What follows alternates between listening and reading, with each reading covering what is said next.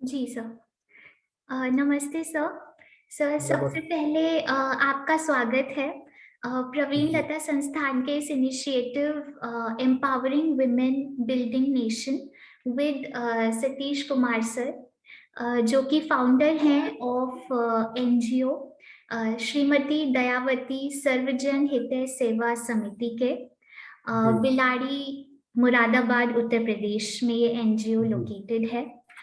Sir, interview शुरू करने से पहले आपका बहुत बहुत धन्यवाद कि आप आए और इसके लिए आपने अप्रूवल दी। हाँ।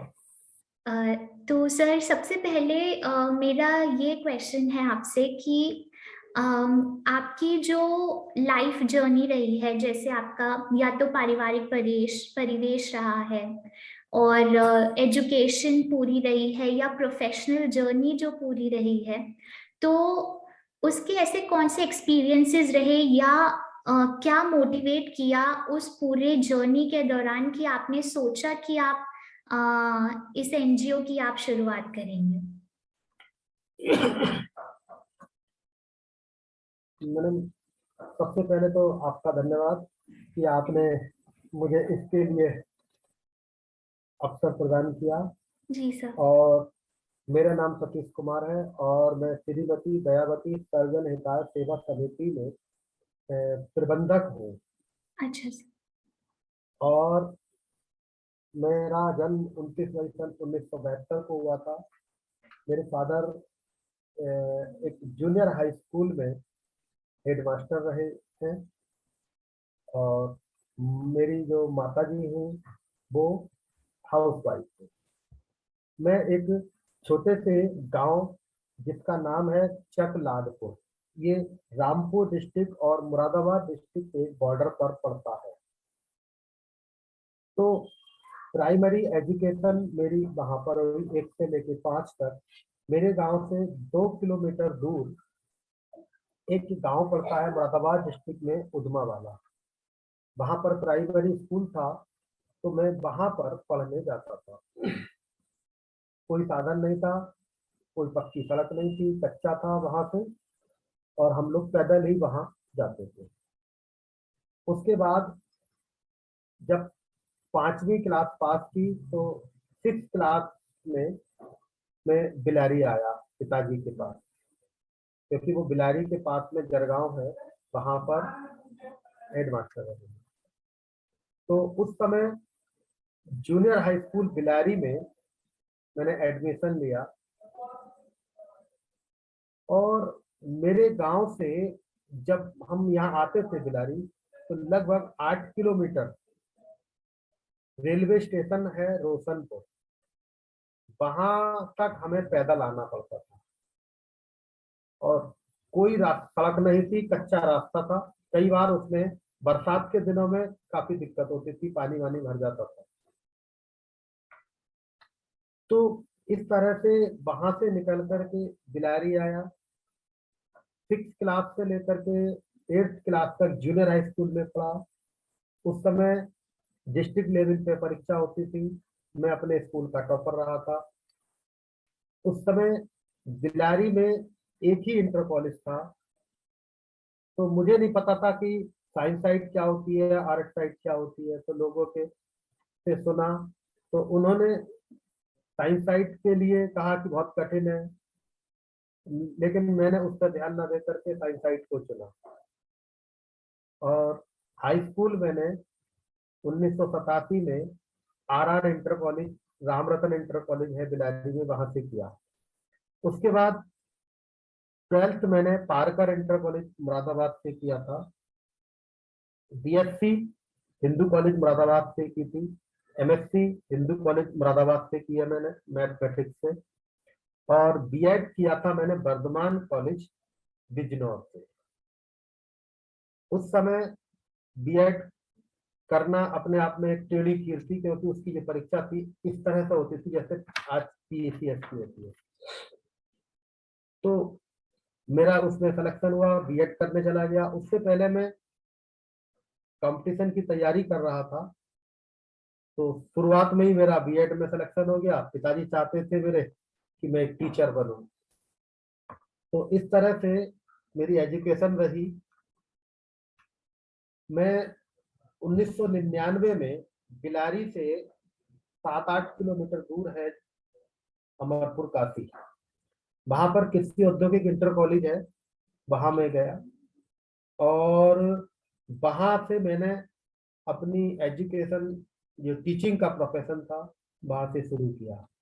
वहां मैंने सुना था जो उस संस्था के प्रबंधक थे वो इंग्लैंड में भी रहते थे और इंडिया में भी रहते थे। वो उस समय तक अमेरिका, रसिया, ऑस्ट्रेलिया, फ्रांस, यानी बहुत सारे देशों में वो जा चुके थे। तो उनसे प्रेरित होकर के मैंने एनजीओ में एंट्री करने की सोची और उनके द्वारा वहां पर जो भी कार्यक्रम होते थे मैं उसमें भाग लेता था। लेकिन एक एनजीओ में सबसे बड़ी समस्या रही कि उन्होंने कभी कुछ बताया नहीं। जो देख करके सीख सकते थे वही बस सीख सकते थे। तो मुझे लगा कि मुझे भी एक एनजीओ चालू करना है।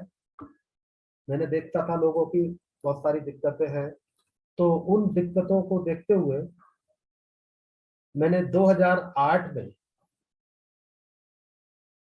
अपना एनजीओ को स्थापित किया। एक मेरे मित्र थे, उन्होंने मुझे बताया कि इस तरह से वहां पर अपना ये रजिस्ट्रेशन करा लो। तो उनके जरिए मैंने रजिस्ट्रेशन 2008 में कराया। मैं लोगों से सीधा मिलना पसंद करता हूँ और लोगों से बात करना पसंद करता हूँ, उनसे कुछ सीखने की कोशिश हमेशा मेरी रहती है। तो इसी को ध्यान में रखते हुए मैंने लोगों से मेल जोल बढ़ाया और आज अपने डिस्ट्रिक्ट के लगभग लगभग हर तहसील में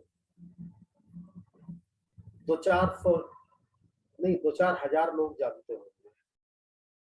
इस तरह से मैंने अपने मुरादाबाद डिस्ट्रिक्ट में पकड़ बनाई। फिर मैंने सोचा कि अपने एनजीओ के लिए कंसल्टेंसी से मिल करके या किसी से मिल करके लोगों से थोड़ी सी जानकारी की। उन्होंने कहा 12 ले लो, 80G करा लो और अपनी बैलेंस शीट, आईटीआर। हालांकि इसमें कई लोगों ने मुझे चीटिंग भी किया क्योंकि मैं जानता नहीं था। मेरे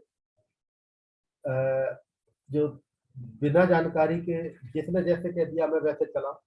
लेकिन धीरे धीरे करके मुझे इसमें एंट्री मिलती चली गई और मैं जानकारी करता चला गया। लोगों को शुरू से ही मुझे सेवा करने का ज्यादा शौक है। लोगों की परेशानियों में बिना मतलब में चाहे अनचाहे मैं एंट्री कर लेता हूँ।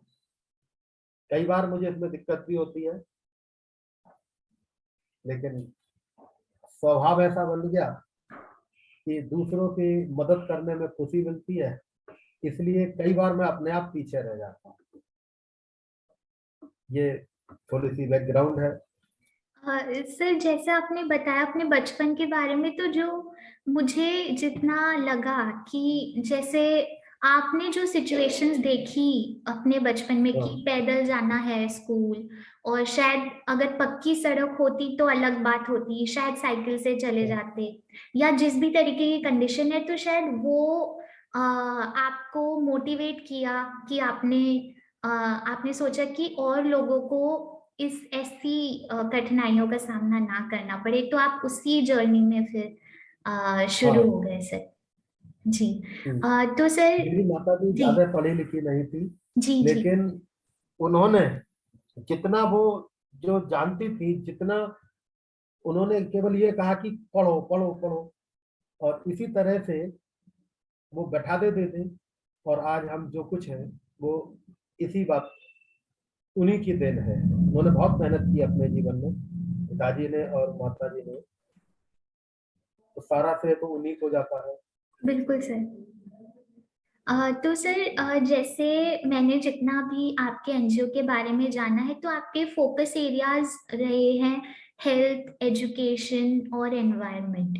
तो हाँ, सर हेल्थ हेल्थ का, फील्ड। एजुकेशन का, एनवायरनमेंट है का है। और दूसरा जो है, लोगों में जो नौजवान है, उनको एक गाइडेंस नहीं मिलती प्रॉपर कहीं से, जिसके कारण वो जो करना चाहते हैं वो कई बार कर नहीं पाते हैं।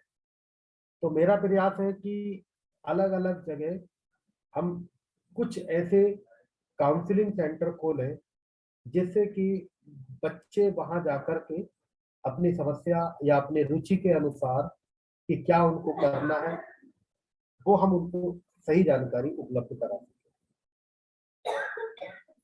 तो सर इस पे आपका काम शुरू हो गया है या आप प्लानिंग फेज में हैं अभी? नहीं, जितना हमारे पास सोर्स है, सोर्स ऑफ इनकम का, उसके हिसाब से हम अपना काम कर रहे हैं। 2008 से ही तो हमने अपना एनजीओ रजिस्टर्ड कराया था, लेकिन उससे पहले से मैं कोशिश करता हूं कि युवाओं को प्रेरित करें। और चूंकि मैं एक खुद टीचर रहा हूं, अब तक शायद हो सकता है कि मेरे स्टूडेंट 500 से ज्यादा हो सकता है कि जॉब कर रहे हैं, 500 से ज्यादा हो। क्योंकि जिस बच्चे को मैंने, जिसके सर पे अगर उससे कहा कि बेटा तुम करो, तो वो करा ही है। बिल्कुल सर। 15-20 ऐसे हैं जो टीचर बने हैं गवर्नमेंट में,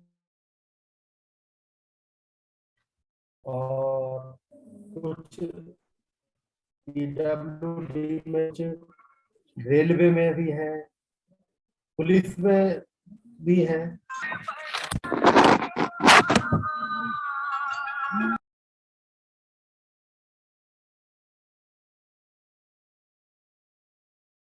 हेलो।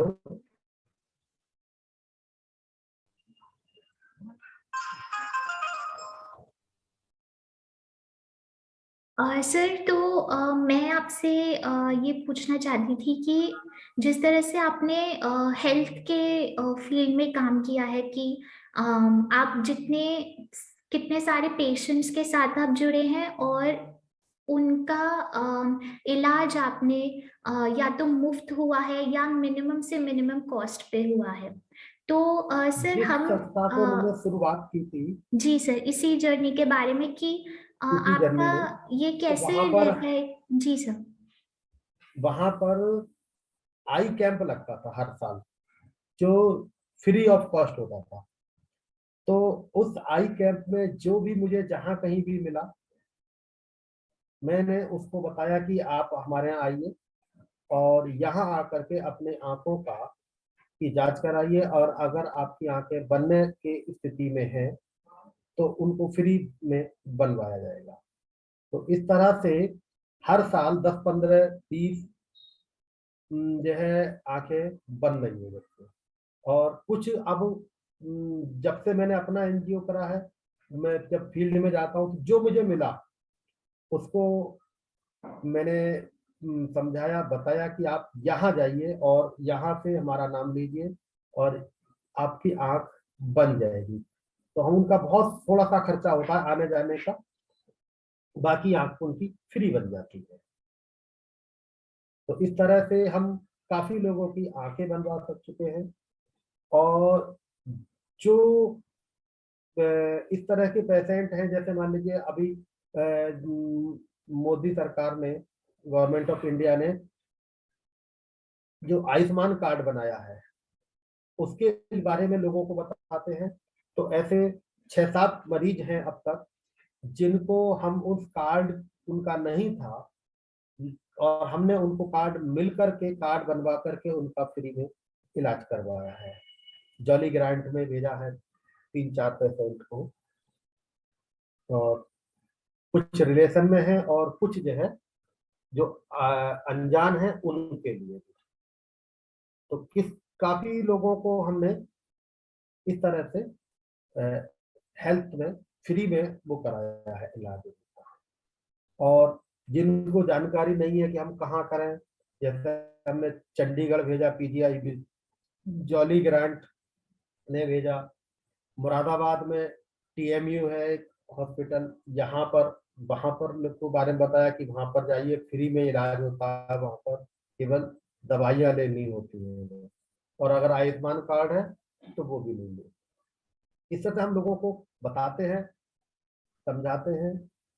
अभी हमारे पास जो इनकम है वो थोड़ी कम है, हम अपने स्रोत से जितना भी संभव हो सकता है, जैसे हमने कभी किसी डॉक्टर को बुलाया, उनसे कहा कि आप लोगों का चेकअप करिए, तो कई बार कुछ लोग डॉक्टर मिल जाते हैं, तो हमने कई बार फ्री कैंप भी लगाए हैं, उसमें कुछ दवाइयाँ अपनी तरफ से भी हम लोग प्रोवाइड करा देते हैं। तो हेल्थ के से क्षेत्र में भी, और ग्लोबल वार्मिंग जो चल रहा है पर्यावरण का, उस पर भी हम लोग प्लांटेशन पे ज्यादा फोकस करते हैं। जहाँ लगता है कि यहाँ हम पौधा लगा सकते हैं, तो वहाँ हम कोशिश करते हैं पौधा लगाएं। हर साल 150 पौधे हर साल लगाते हैं। सर, मैं जो दूसरा मेरा अगला सवाल है वो कुछ इसी से जुड़ा हुआ है, पर महिलाओं पे केंद्रित है। जो आपकी 2008 से शुरुआत रही है, या पहले से भी अगर आप ऑब्जर्व करते आ रहे हैं कि अगर हेल्थ एक्सेस की बात होती है, या एजुकेशन की बात होती है, या ग्लोबल वार्मिंग, या पर्यावरण का कोई भी, अगर पर्यावरण का अगर डिग्रेडेशन होता है, तो उसका सबसे ज्यादा अफेक्ट हम महिलाओं पे देखते हैं। तो सर, अभी तक किस तरह के चैलेंजेस आप देखते हैं अगर आप महिलाओं पे अ, अपना फोकस रखते हैं काम का, या फिर आपको क्या लगता है कि और क्या चेंजेस लाने की जरूरत है अभी भी समाज में? विशेष रूप से ग्रामीण क्षेत्र में महिलाओं के, विशेष रूप से लड़कियों के लिए ज्यादा चैलेंज है। उनमें एजुकेशन के लिए सरकार सब कुछ कर रही है, लेकिन फिर भी जो पारिवारिक या उनका जो एटमॉस्फेयर है वो उस स्तर से नहीं है जिस तरह से उनको करना चाहिए। अभी भी लड़कियां पढ़ती हैं तो केवल इसलिए कि वो हाई स्कूल कर ले या इंटर कर ले, इस तरह का माहौल अभी तक ज्यादा है लोगों में।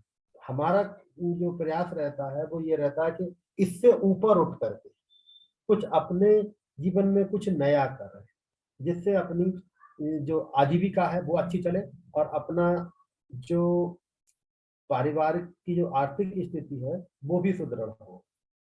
इस तरह से हम लोग प्रयास करते हैं, और इसी के लिए हमने सिलाई सेंटर चलाए। हमने उसमें 3-3 महीने का प्रशिक्षण भी दिया है लड़कियों के लिए, महिलाओं के लिए। और अलग अलग से, जैसे कंप्यूटर के बारे में, तो कुछ कंप्यूटर के बारे में हम लोग बताते हैं। यानी जो पूरा एजुकेशन से रिलेटेड जितना भी हम लोगों का फोकस है, उसे हम पूरा करने की कोशिश करते हैं। जी सर। तो सर, जैसे हमने क्या रिसेंटली अभी अपना 73rd रिपब्लिक डे मनाया है, तो हाँ।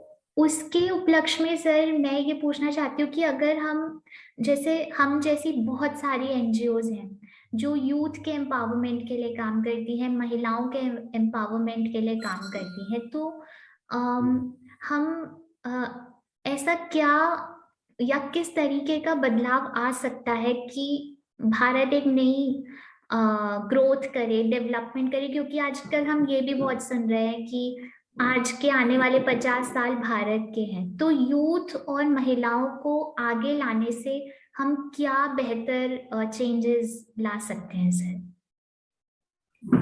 मेरा मानना है कि जो युवा हैं, उन युवाओं में अगर हम एक ही बात अच्छी तरह से भर दें उनके मन में कि आपको आगे जाना है, आपको बेहतर करना है, और आपको देश के लिए करना है, तो जब ये भावनाएं उसके अंदर आ जाएंगी तो वो देश अपने आप ही ऑटोमेटिक आगे जाएगा। हम ये कहते हैं कि जो भी प्रयास हो वो सकारात्मक हो, उनकी सोच इस तरह की हो कि मुझे काम करना है, मुझे ईमानदारी से अपना काम करना है।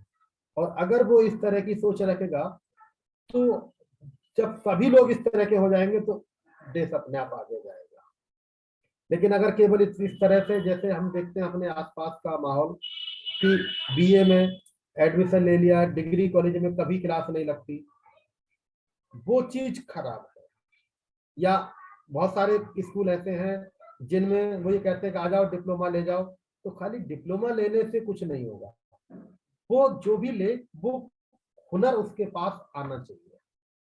अगर हुनर होगा तो रोजगार अपने आप मिलेगा, हुनर नहीं होगा तो रोजगार नहीं मिलेगा।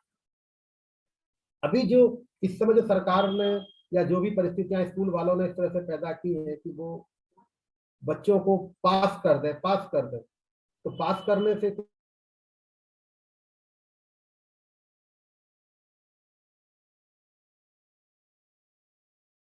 और बताइए। जी सर।